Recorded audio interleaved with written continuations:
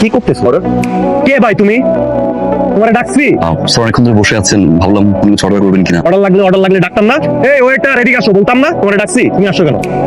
Personal কথা চলতেছিল না, উত্তর কেন আসছো? It's okay sir, no problem. কি পরিমাণে বিয়াদব, মুখে মুখে কথা বলতেছে, দেখছো?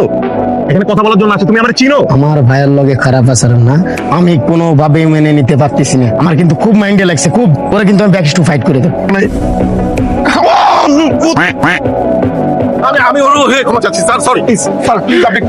আমার ভাইয়ের লগে না, তোর আজকে দিছি গরম এক্সপ্রেস, এরপরে তোরে দেবো গরম ক্যাপাচিনো। যাও এক্ষুনি বেরো। স্যার কি হয়েছে? ও কি করছে জানো? ও কাস্টমারের গায়ে কফি ঢেলে দিচ্ছে, বলকে ওর চাকরিতে রাখা উচিত। আপনি আমার মুখের দিকে তাকিয়ে স্যার এর মতো মাফ করে দিচ্ছেন। এরপর থেকে স্যার ওর সকল দায়িত্ব আমার। দেখো তুমি কি করো।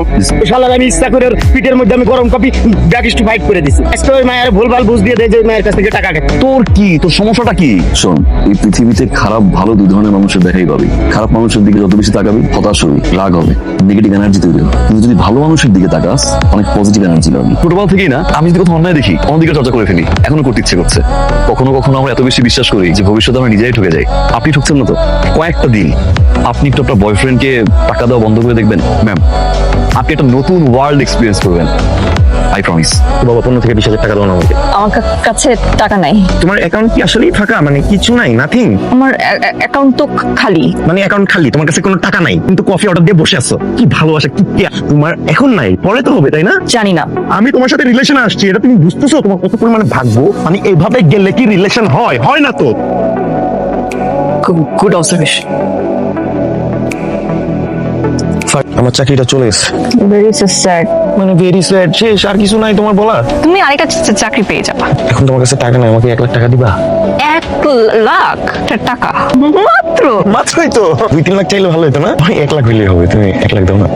আমার কাছে তো টাকা নাই। মানে তোমার কাছে টাকা নাই? বাবা বলছে টাকা আর কখনো নাকি দিবেও না। তাহলে ডেটে আসছো কিসের জন্য তুমি? হ্যাঁ, আমি তোমার সাথে কিসের জন্য ডেটে আসছি?